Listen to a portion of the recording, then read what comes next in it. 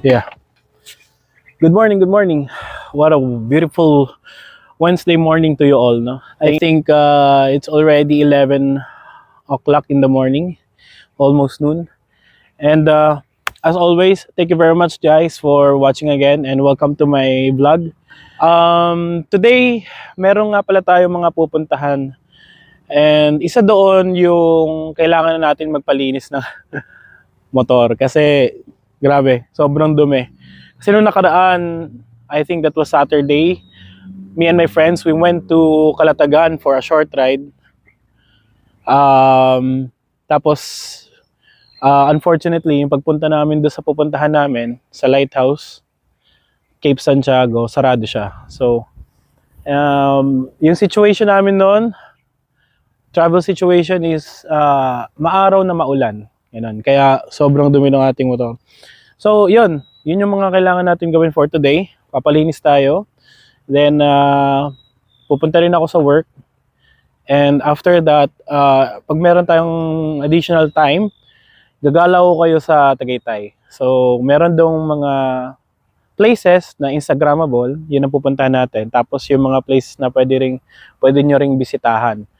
So, pagdating sa food, let's check kung meron tayong makakainan doon na maghahanap tayo ng magandang place for couples and for individual.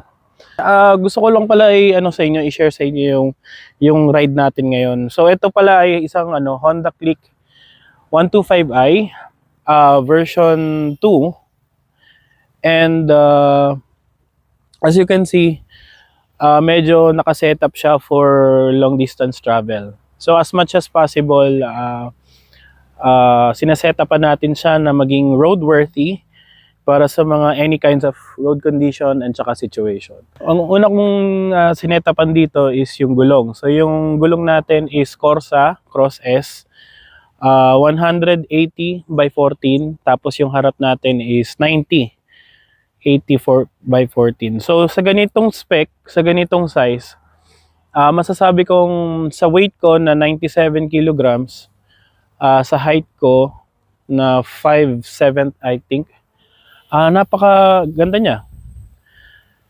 Kaya din niyang mag-banking sa mga corner, pero I'm not really a banking guy, no? Pero yung kapit ba, yung kapit niya sa bawat kaliwa kanan, most especially sa mga may basa, hindi natin maiwasan yan. And meron tayo ditong bagong nilagay. Meron tayong top box na kung saan itong top box na to, I think it's 47 liters na kasya ng isang helmet na ganito kalaki at malalagyan mo pa ng gamit. So nag-add tayo ng bracket ng top box, guys. So itong bracket na to ay galing pa siya sa Isabela. So custom made siya, and thank you kay seller. Ang bili ko dito mga nasa 3,000 mahigit eh. Pero ang masasabi ko, high quality material siya, at yung color niya hindi siya yung low quality na pagpipintura. And maasahan mo talaga siya pagdating sa mga gamit. Yung isang reason ko kasi kaya ako naglagay nito is meron akong jerrycan, yung lalagyanan ng gas. So, pagka meron ka kasi nun, mas makakatipid ka sa mga travels mo eh. Halimbawa, from here, sa Santa Rosa, papunta sa Quezon, let's say mga around, may matitira sa yung 1 bar or 2 bar, pag ito gamit mo. Pwede mo pa siyang isagad kasi hindi ka matatakot. Merong kanda lang, fuel tank or reserve. Tapos yung sa kabila nito, meron siyang tent. And pagdating naman sa suspension, naglagay tayo dito ng YSS G-Series na suspension. So ang masasabi ko dito, napakaganda niya pagdating sa mga kurbada. Tsaka pagdating sa mga road condition, most especially pagka rough road. Brakes naman natin ay RCB na 2-pot. Ibig sabihin, dalawa yung piston niya sa isang caliper. And yung disc brake niya is TTRD. All I can say is maganda yung kanya braking. Saka naglagay tayo ng mini driving light na Firefly yung tatak. Tapos, smoke switch para doon at lalagyan ng cellphone. Ngayon, pupunta na tayo doon sa car wash. Papalinis na natin yung motor natin.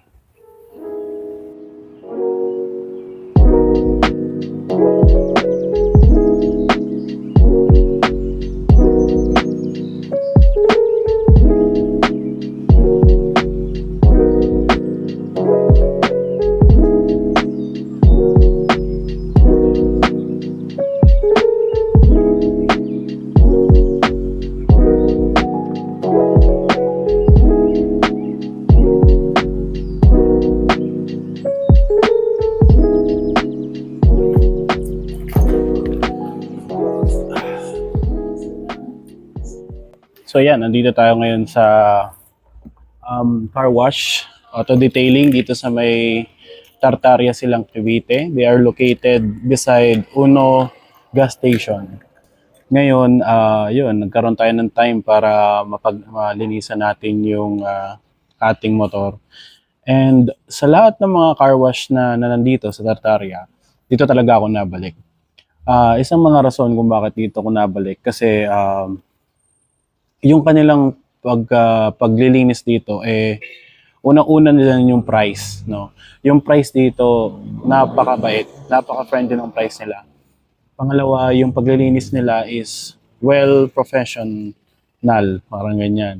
As in magaling sila maglinis at napansin ko meron talagang separate na mga basahan para sa pangilalim, sa katawan, sa gulong, tsaka sa windshield. Yung isa rin mga nagustuhan ko dito, kaya lagi ako dito nagpapa-car wash, is yung tawag nito, yung service nila. So napaka bait nila sa customer at mapapansin mong welcoming yung mga staff dito. So ayun, so lagi ako dito nagpapa-car wash. So yun nga, gaya ng sabi ko kanina, yung price sa lahat ng may car wash dito sa Tartaria, dito sa pinagkakarwashan ko, dito sa tabi ng Uno, sa regular lang, yung walang wax, pagdating sa motora is 100 pesos lang. Pagka meron na siyang wax, fully wax, yung wax nila dito, yung may anti-water marks, mga ganon, tsaka parang ceramic, parang ganon. So, nag-aalaga siya ng 150 pesos. Kasama na yung So, sa loob ng 150 pa lang, meron na kayong wax sa motor. Ngayon, yung laki ng motor, iba pa yung laki sa mga big bike talaga. Tapos, dito rin ako nagpapa-car-wash ng sasakyan. And napansin ko dito na yung price nila, linis, vacuum, wax, plus meron ng tinatawag na yung back to zero. Ayan. Sa halagang lang siya, 400 pesos. All in one na siya. Pag yung sasakyan nyo ay mga Ford Fiesta, Wigo, or any na medium size na sasakyan. Ganyan. Pagdating naman sa mga large at extra large, dyan, lumalabas din yung 500, yun, tsaka 600. At ito pa pala, yung isang maganda dun sa service nila dito is hindi sobrang tagal ang kanilang paglilinis ng sasakyan. Kaya, so after nito, diretso na tayo sa Tagaytay. Meron pa tayo titirang oras para tayo lumibot. Ayan. Pupuntahan natin yung mga sinasabi ko kanina, mga perfect spot para sa mga couples na gustong tumambay. Yeah.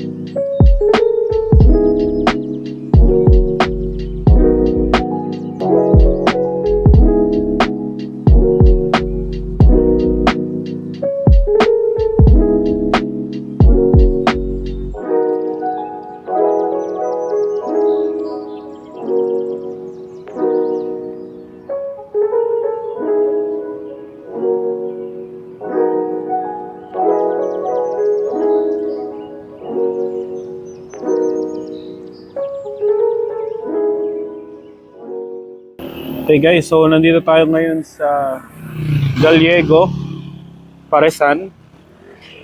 Yan. So, sa may baba lang to ng baba lang ng sungay. Yan, so kung nakikita nyo, yan yung Taal. Or, ito yung Taal Volcano. Tapos yun yung akala nila na yan yung Taal mismo na volcano, pero nandun. Yan. So dito, ito yung Gallegos Parisan. Sikat itong place na to para sa mga gustong kumain with the view. Ayan, so pwede kayong pumunta rito. Ayan. Pagbaba lang to ng pababa ng sungay. So, pares with 2 eggs. Kasi nagbibigay siya ng additional flavor. Plus, nagbibigay din siya ng protein. Plus, they also have chili oil to give extra flavor to the dish. Nice. Mahilig ako sa sili. Lagyan natin. Also, meron din silang toyo. Yan, so toyo sa kanin. Yan. So sikat ang Gallego sa kanilang pares at sa view, which pinakita ko sa inyo earlier. So let's taste.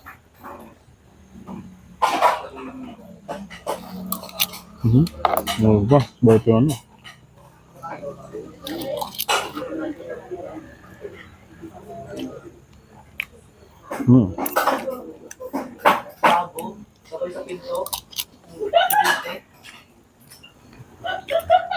Sabi, masarap siya.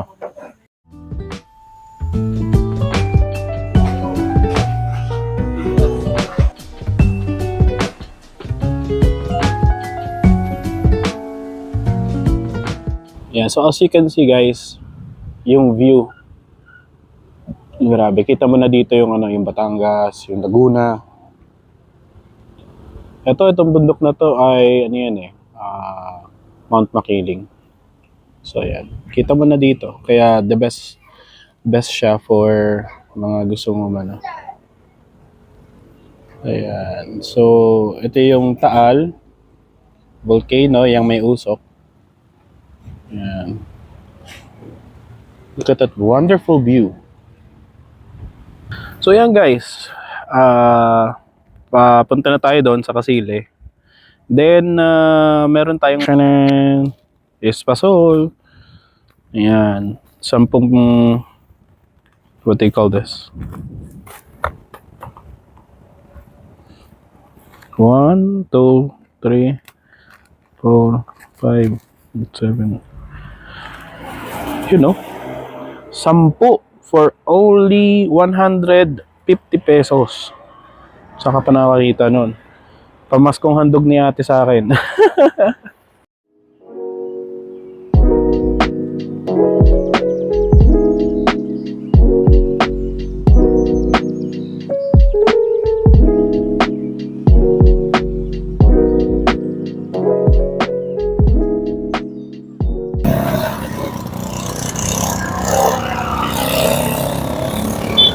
So, diretso lang tayo dito. And, grabe na. Napaka-foggy. So, dito sikat ang People's Park or Palace in the Sky dahil sa makapal na fog. Ayan. Pero hindi na tayo tataas dyan. Tataas tayo dyan pagka kasama na natin yung wife ko na si Andrea. So, dito tayo sa kaliwa. And dyan kasi guys, may bayan. Pero babalik tayo dyan pagkasama na natin si Commander-in-Chief. Pero ngayon, papakita ko lang sa inyo ang fogginess nitong lugar na ito. As you can see, ang kapal. Ang kapal ng ano, ang kapal ng fog. Yan. Gusto ko sanang mag-overtake, but pagdating dyan sa dulo ay sharp curve. Kaya sa mga pupunta dito na hindi pa alam yung lugar na ito, please, huwag kayong maging confident sa lugar. Kasi magugulat na lang kayo, kurbada na pala. At pag nagkamali kayo, bangga na pala siya. So yan, may mga nag-vlog din ata, picture. Yan, gabi. Woo, damig, no? And napakahangin. And always check your brakes, no, bago kayo bumaba dito. And ang problema dito, guys, walang linya yung kalsada, kaya yung iba gigit-gitin tayo. Pero papakita ko sa inyo yung isang spot dito na maganda na pwede nyo rin puntahan. And I think papunta yan dito. Ayan. So we're just gonna go straight here, and we're actually this place is a good place na rin eh for vlogging. Ay, for vlogging for couple ano. Tawag nito, tambayan ng magjowa.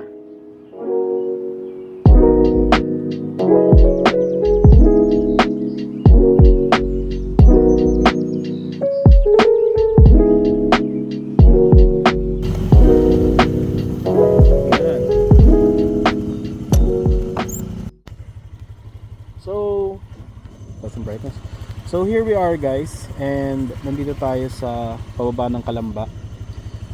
And as you can see, ito na yung Tagaytay Highlands condominiums. And they also have there a golf course. What a beautiful sight.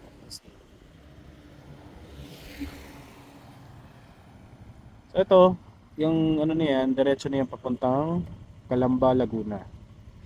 And we're gonna go now to that bridge na sinasabi ng marami.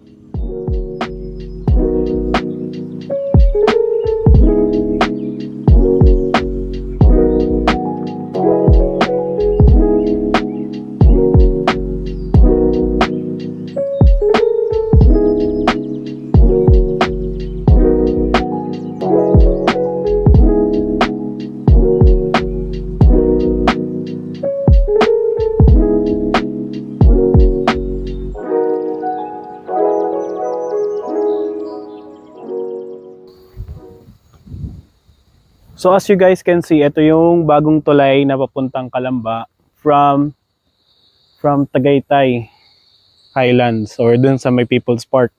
And galing doon, rough road, and dito rough road din. So hindi pa masyado tapos tong lugar na ito.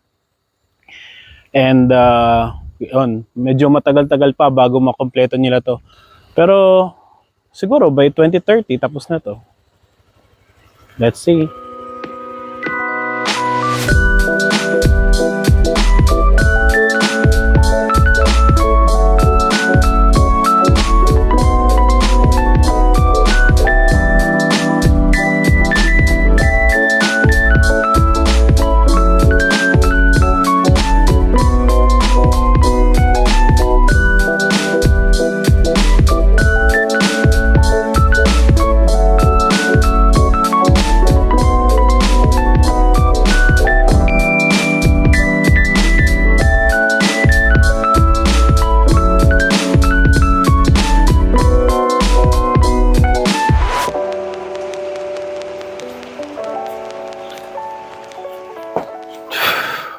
Okay guys, so we're here now sa house namin dito sa Santa Rosa. And kakarating ko lang, and still it's raining. So yung last clip ng video na ito is nandun tayo sa Marcos Mansion. Yun yung pagbaba ng Kasile. Ang sunod kasi ng Kasile ay Nuvali na. So lumakas kasi bigla yung ulan, gamit lang natin is camera. I mean, cellphone. So, dumaan naman tayo sa sa Nuvali, and dumaan din tayo sa Eton kasi yun yung shortcut papunta rito sa lugar namin.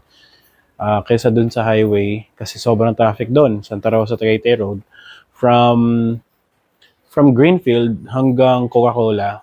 Yan, traffic dyan. As you can see, di ba? Nagpalinis pa tayo kanina, nagpa-car wash tayo. But, unfortunately, it rained. So, ayan, dirty na ulit. Kanina, habang pauwi ako, dahil nga iniisip ko na parang medyo nalugi ako sa 100 kasi nga, nalinis siya pero biglang umulan and marami na namang mga tawag nito, mga potholes or yung mga yung mga baha na dinaanan na naman natin. So, I was thinking na sa susunod, gagawin ko na lang is, yung tag 5 piso, sprayan ko na lang talaga ng tubig. Sa mga gusto na asap, no? Meron kasi dyan, yung asap. I-sprayan mo lang. So, yun lang yan. So, tomorrow, guys, hindi mo na ako mag-vlog. And guys, I love you always, and I'm Pim Pim. So, ito pala si Pim. This is my son, Pim Pim. And he also wants to do, vlogging sa mga favorite niya. So, me and my wife, we are planning na gawan siya ng vlog. I need this, Daddy. I need this for now. Guys, I'm looking at one.